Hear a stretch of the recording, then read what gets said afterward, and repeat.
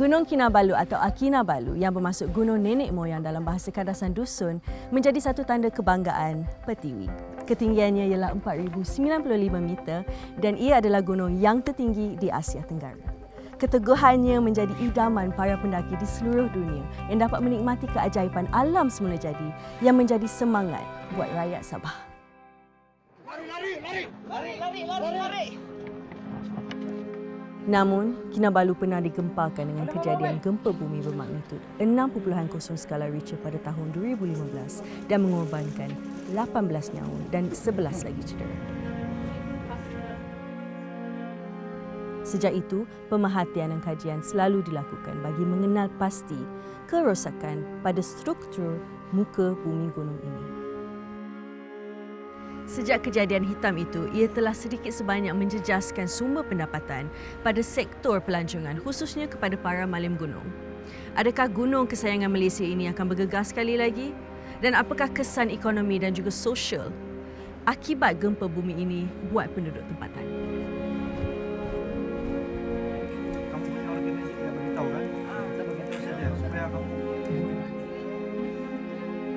Pada tahun 2015, kami semua malim yang tidak bertugas pada masa itu ditugaskan sebagai pasukan penyelamat ataupun rescue team 3 hari, 3 hari lah, ya, untuk membantu membawa turun mangsa malim-malim yang tidak bekerja pada masa itulah. Selepas gempa tempoh hari dan dia memang pertama kali berlaku, memang sedikit sebanyak telah menjejaskan pendapatan malim dan gunung ini ditutup kepada pendaki selama 4 bulan dan pada tempoh tersebut para malim memang tiada pekerjaan lah. Maksudnya tidak bertugas sebagai malim gunung atau pemandu gunung.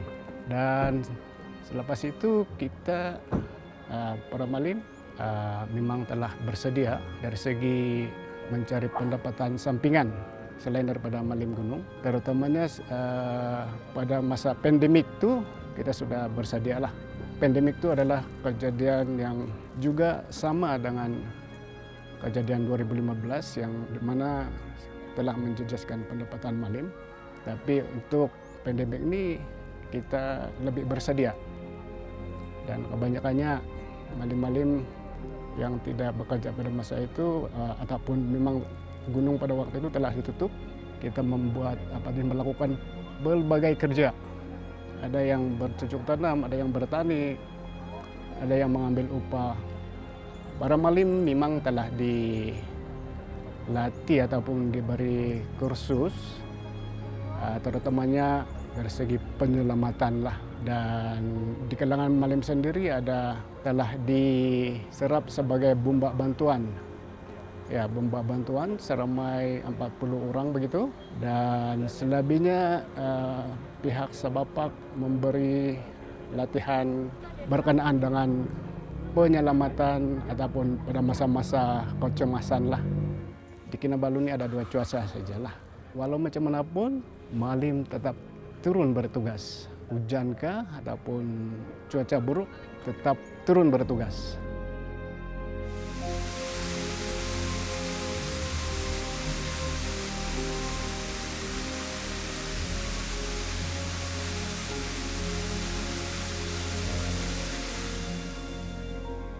Pengalaman 2015 kan masa gempa bumi. Adakah Azli berada di gunung ini? Adakah tengah bekerja waktu itu ke bagaimana? Time itu saya tidak bekerja, tapi time selepas gempa tu, selepas tengah itu baru kami pergi membantu lah. Macam kami bantu kasih keluar yang pendaki yang terkandas di atas. Tapi time itu memang Ramai yang ada di atas gunung waktu itu. ramai, lebih kurang dalam kalau tidak silap saya macam dalam 200 lebih. Begitulah. Ramai lah. Itu baru pandaki, belum campur yang staf staf penginapan Labarata, SSL, tidak Mentuntuk dengan Asabapak.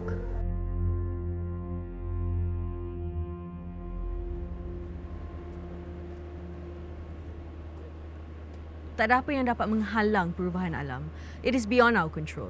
Namun, kuncinya adalah berwaspada supaya kita boleh lagi bersedia menghadapi perubahan yang mendatang. Nari Alam!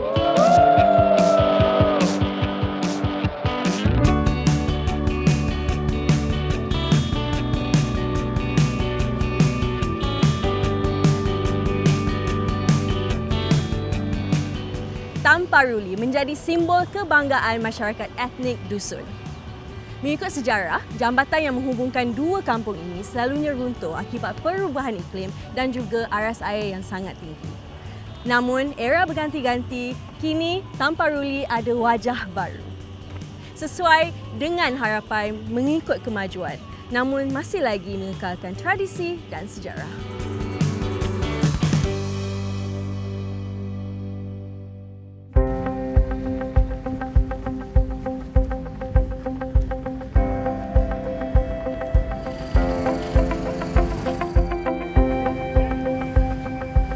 Tak makan petai. Macam mana? Sedar je makan petai. Tak makan. Dia mau cuba. So ni, tengok kita nak cuba tengok manis ke tak. Yummy. Buah favourite I. Baru dia sedap. Okey dah lah. Ni. Okey, so kepada korang yang nak beli buah-buah tempatan, boleh dapatkan dekat sini, Tamparuli Market. Okey, dan you can see ada manggis, rambutan, buah langsat, semua boleh dapatkan kat sini. Dan diorang tanam buah-buah ni semua di sini, di kampung Tamparuli. So, you guys have to try.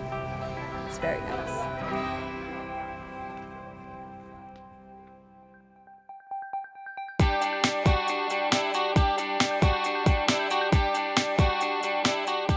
United Nations on World Food Security menjelaskan 3 tunjang keselamatan makanan. Ia termasuk ketersediaan, kestabilan dan juga akses. Dalam erti kata lain, jaminan makanan menjelaskan setiap individu mempunyai akses fizikal dan ekonomi makanan yang mencukupi. Seperti padi yang menghadiahkan kita beras, ia tidak terkecuali mengalami risiko apabila berdepan dengan isu perubahan iklim. Masalah kemarau yang berpanjangan dan hujan yang berlebihan pastinya akan memberikan kesan kepada bekalannya. Mampukah kita menghadapi cabaran climate change dalam pengeluaran beras negara? Macam tengok sekarang ni, tengah hujan lebat, dah basah dah ni. Jadi apakah solusi dan juga pendekatan sains dan teknologi dalam menangani isu global yang cukup membimbangkan ini? Rice farmers in Kota Belud, the kind of changes in weather and climate in this region of the state is more about the high occurrence of wet period. Although there is an incident of dry period. What happened was the flood disturbed the rice farming and the production decreased, and also this will not only disturb the production of rice as a staple food for local people and also for most of Sabahan, is also affect the income generation of the farmers because quite many of them also sell the rice. The steps that we take to address this problem, not only about giving them incentive and improving the drainage system, also in my opinion is about actually producing rice variety which is resilient to flooding incidents, and also actually producing not only that variety but consistent supply of seed of that variety, so that then every year farmers can get a very good supply of that seed, and can consistently plant the rice up to a standard that we expect them to achieve. By systematizing the rice farming in this country, we can easily, much better encounter the incidents of climate change. Of course, we cannot deny that it is very difficult to predict the incidents of rain and also dry period, but with the technology that we have, we believe it is just a matter of time that we can prepare better. Also at the same time need to give them the skill and knowledge on how to do the production in a simple way. Maybe based on their traditional knowledge, but also based on some simple prediction. For example, we give them this rain gauge and some other things for them to predict the real amount of rainfall in their on their farm. So by that way, they can also be independent from being dependent on everything for aid from governments. So far, only farmers under the AYADA project are well aware about the systematic farming of rice. Most of the locals, rice farmers, they are still following the traditional way. And since they are still following the traditional way, that means they only plant maybe once in a year, or maybe they are not accurately predict the incidence of high rainfall. And that's the reason that the farming will not so productive. So it is good that we need to create a specific program for them to identify correctly the flooding incidents and also including the dry incidents. Some other things that we can do is, of course, we need to create what we call a center of agriculture extension. Because at the moment we have this agriculture department, we have some other department, but they have also other tasks. I just take an example from New Zealand and Australia. They are not planting rice, but what I would like to emphasize is actually the approach. For this country, they have a very strong agricultural extension program where there are specific departments who go around the country to assist the farmers. And not only to assist the farmers, but they are also generating the information about agriculture. I can always say that in those countries, it's easier for us to find information like rainfall, temperature per site, compared to the situation that we have in this country or in this state, where if we want to get that information, we need to call a few more authorities. It is not available online. One of the important things also is to encourage a young generation to get involved with rice farming. Most of our farmers are quite old. But the issue that we are facing is a young generation without a good background about rice farming. But it is still good actually to keep them to like rice farming. When we create the website full with information about rice farming against odds climate condition, and we have a generation, a young generation who can process the information and then translate it back to real activities. It will be much easier for us to encounter problem associated with climate change and poor rice production, because young generation with good education and good interpretation of the information will be much easier to implement the information that we supply in this website or the information that's supplied by the agricultural extension officers. Penyelidikan sangatlah penting untuk menjamin makanan yang stabil. A strategic approach, awareness dan juga readiness sangatlah kritikal supaya tidak berlaku kemelut krisis buat rakyat dan juga negara.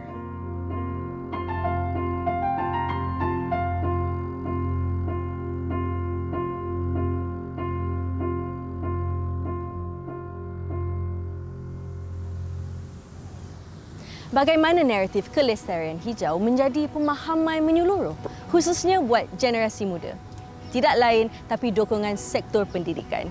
Eco-School telah mula diperkenalkan di negara-negara maju sejak dulu lagi dan kini telah mula bertapak dan semakin diaplikasikan di Malaysia. Jadi apa yang sebenarnya ingin diperkatakan dengan Eco-School ini? Adakah ia hanya penekanan terhadap akademik sahaja atau gaya hidup? Saya kebut tekanan Perak untuk mendekati warga pendidik Sekolah Menengah Datuk Abdul Rahman Yaakob yang telah mengharumkan nama Malaysia menerusi bendera hijau atau Green Flag sebagai Sekolah Kelestarian Hijau.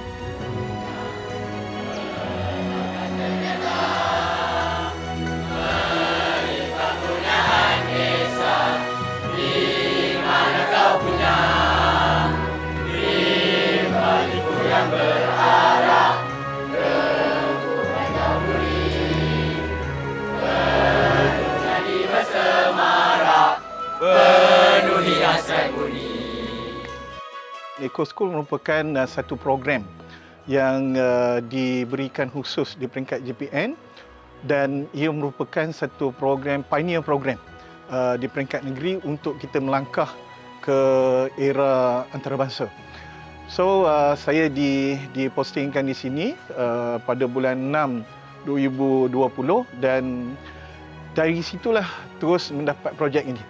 Eco-Schools program ini merupakan program antarabangsa daripada Foundation for Environmental Education yang bertapak di Denmark dan dia terdapat dalam 95 buah negara melibatkan 1.6 million teachers, guru dengan 20 million students. So dia adalah satu rangkaian antarabangsa. Kita memperkenalkan program Eco-School ni bagi saya selepas saya study, saya tengok ini merupakan satu ruang yang cukup bagus bagi sekolah-sekolah luar bandar seperti SMK Datuk Abdul Rahman Yaakob ini untuk menerobos jendela dunia. Memang kita pada masa itu post COVID, budak very introvert dan kita perlukan satu program dan kebetulan Eco-School memberikan kita project based learning yang merupakan satu program yang diwar-warkan oleh KPM untuk kita guru-guru explore. Eco-Schools merupakan salah satu program menekankan project based learning di sekolah untuk memberi peluang kepada anak-anak muda kita supaya you ambil the actual environmental issue yang ada di sekolah tu, then you buat research, then you integrasi dalam kurikulum dan you solve the problem within the school ataupun the community. Kalau bagi Eco-School ni, penarafan yang tertinggi adalah Green Flag ini melihat sejauh mana ekosistem di sekolah itu kita boleh tingkatkan pemahaman anak-anak melalui inovasinya untuk menggunakan alam sekitar ini sebagai satu bentuk pendidikan. Oleh itu, dengan 25 taman yang kita sediakan mengikut spek yang diperlukan oleh Eco-School ini, anak-anak kita ni boleh belajar di luar bilik darjah dan kita blendkan, kita panggil merentas kurikulum. So this is actually a continual learning program ataupun proses supaya setiap tahun the students yang keluar daripada sekolah ni at least ada 2% knowledge on kelestarian. So when they go to their working world ataupun dalam in their own family, dia boleh mencetus sedikit perubahan when comes to alam sekitar. Untuk mendapat Green Flag Award tu bukanlah mudah sebenarnya. Sebenarnya kami perlu mengikut panduan yang telah ditetapkan oleh DGAF iaitu 7 langkah Eco-School. Itu yang menyebabkan kami melayakkan mendapat Green Flag Award tu. Sebab kami mengikuti ketujuh langkah tersebut.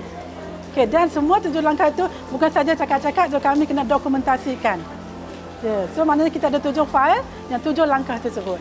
Kita bersedia untuk penarafan pada Ogos 2020 dan alhamdulillah daripada bermula 2020 kita bersedia, kita ambil masa cuma 2 tahun untuk penarafan. Kita pergi berbagai siri penarafan. Bermula dengan Mahathir Garden di peringkat nasional, kemudian kita di National Book of Record dan hingga pada akhirnya penarafan Green Flag. Untuk keseluruhan bagi 3 tahun itu, setelah kita mendapat pencapaian Eco School dan Green Flag ni, barulah kita nikmati budaya, inovasi dan pelajar-pelajar kita yang sentiasa ke hadapan. Mereka tak takut lagi untuk berhadapan dengan situasi semasa, media dan sebagainya. Melalui Eco School ini kita dedahkan mereka. Sepanjang saya menyertai program Eco School, saya telah belajar banyak benda. Sebagai contohnya, saya belajar menghargai alam sekitar. Sebagai contohnya, saya menghargai tumbuh-tumbuhan, hujan, matahari dan sebagainya lah. Tapi bukan sekadar saja saya menghargai alam sekitar, tapi saya juga belajar menghargai guru-guru, rakan-rakan yang sanggup dan betul-betul lumus untuk memberi didikan dan bimbingan kepada saya. Sebagai contohnya, guru-guru di sekolah saya sanggup untuk stay back, memberi didikan dan bimbingan. Jadi saya belajar banyak benda lah, seperti daripada saya tak tahu, saya jadi terus tahu. Sebelum melaksanakan program Eco School, khususnya kepada pelajar-pelajar Sekolah Datuk Abdul Rahman Yaakob, apa yang kita nampak ialah tiada kesedaran terhadap pelajar. Pelajar memandang remeh, tidak mengambil peduli tentang isu-isu alam sekitar. Kami ada juga kekangan masa, kerana masa terlalu singkat, negara kita melanda COVID-19. Kemudian dalam PDPC juga kita tidak mencukupi masa untuk melaksanakan program projek-projek untuk pelajar pada peringkat permulaannya. Setelah pelaksanaan Eco School dah bermula dan berjaya, kita boleh nampak pengetahuan pelajar itu semakin bertambah. Bayangkan daripada pelajar kami yang tidak tahu apa-apa, sekarang pelajar kami dah dapat menghasilkan sesuatu produk. Contohnya produk belajar organik untuk menyuburkan tanaman yang ada. Bijak dalam bercucuk tanam dan dah membezakan jenis-jenis tanaman yang diperlukan untuk kehidupan seharian mereka. Pelajar kami dapat menghasilkan produk seperti jus dengan menggunakan tanaman yang sedia ada di sekolah, iaitu aloe vera. Kemudian menghasilkan racun serangga menggunakan dedaun oregano yang hidup subur di kawasan sekolah. Saya memperkenalkan salah satu produk tarikan sekolah kita, iaitu air aloe vera. Air di sini kita tanam sendiri di sekolah ni dan kami proses sendiri, dan kami akan jadikan dia sebagai welcome drink untuk tetamu-tetamu kami. Okey, sekarang kita berada di Laman Herba SMK Datuk Rahman Yaakob, di mana kami menanam pokok-pokok herba seperti lada hitam, kunyit dan cekor. Sebagai contoh, di sini terdapat pokok tertulang yang mana getahnya mampu menanggalkan ketuat pada badan kita. Objektif projek Laman Herba ini ditubuhkan adalah untuk meningkatkan pengetahuan dan memberi pendedahan kepada warga SMK Deri. Sebelum projek ini dijalankan, peratus murid hanyalah 35% yang mengetahui dan mengenali tentang tanaman-tanaman herba.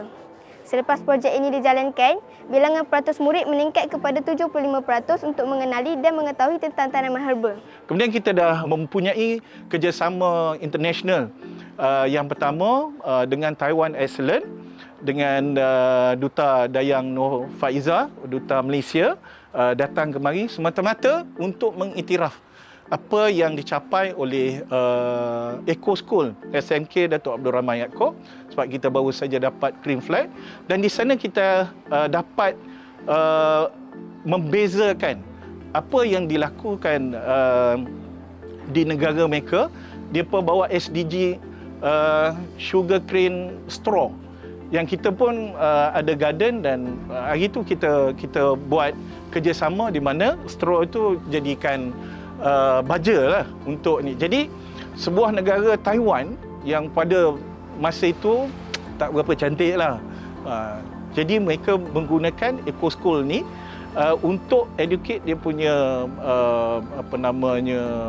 masyarakat supaya menjadi lebih baik dan inovatif. Bagi pihak Menteri Besar Incorporated dan MB Inc, mulanya kami nak memberitahu kami sangat rasa berbesar hatilah dan berbangga sebab dapat bekerjasama dengan semua sekolah-sekolah, dapat bekerjasama dengan Jabatan Pendidikan Negeri Perak, dapat bekerjasama dengan pengendali projek Green Growth Asia Foundation, terutama sekali di dalam program Eco School ni. Pendidikan berasaskan projek yang memfokuskan tentang kelestarian dan alam sekitar. Kami rasa salah satu penekanan ke arah mencapai Perak Sejahtera 2030 ialah melalui pendidikan. Kita juga ada penekanan terhadap alam sekitar, maka siapakah yang lebih layak untuk menerajui negeri Perak di masa akan datang kalau bukan para pelajar yang berada di masa kini. Maka dengan itu kami di MBING bersama-sama membantu untuk mengembangkan dan memberi daripada program Eco School ini, walaupun fokus kita ialah alam sekitar, tetapi kemenjadian murid kita telah juga dapat melahirkan beberapa duta kecil, beberapa duta hijau yang dapat memberitahu dan menerangkan kepada rakan-rakan sebaya mengenai pembangunan-pembangunan ataupun mengenai perkara-perkara yang terjadi di sekitar mereka. Seterusnya, kita akan menuju ke bilik pameran yang mempamerkan hasil kerja murid iaitu KMR. Terdapat banyak projek di sini, antaranya ialah replika of Mosque, kerusi pemberat, kita ada model rostrum, kita juga ada model piramid yang baik lagi sihat, kita juga ada model multi-F airport, kita juga ada meja dua alam. Selain itu, kita juga ada stationary bike.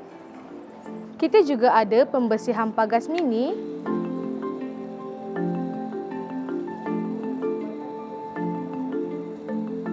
Kita juga ada metal reactivity rocket. Kita juga ada penyiram pokok separa automatik. Akhir sekali, inilah projek terakhir kami iaitu Our Internal Destination. Jadi, inilah pusat pameran projek KMR SMK Dato' Abdul Rahman Yaakob. Anak-anak kita, pewaris alam. Legasi perlu diwariskan kepada generasi akan datang. Dan pendedahan awal perlu dipergiatkan lagi di peringkat sekolah. Tak kisahlah sekolah rendah ke menengah ke, lebih awal, lebih baik. Dan ia tidak akan berjaya kalau satu pasukan sahaja yang mempunyai minat atau ilmu hijau. Tidak. Tapi ia memerlukan sokongan semua pihak seperti ibu bapa, pendidik dan orang awam. Nadi kita, alam kita.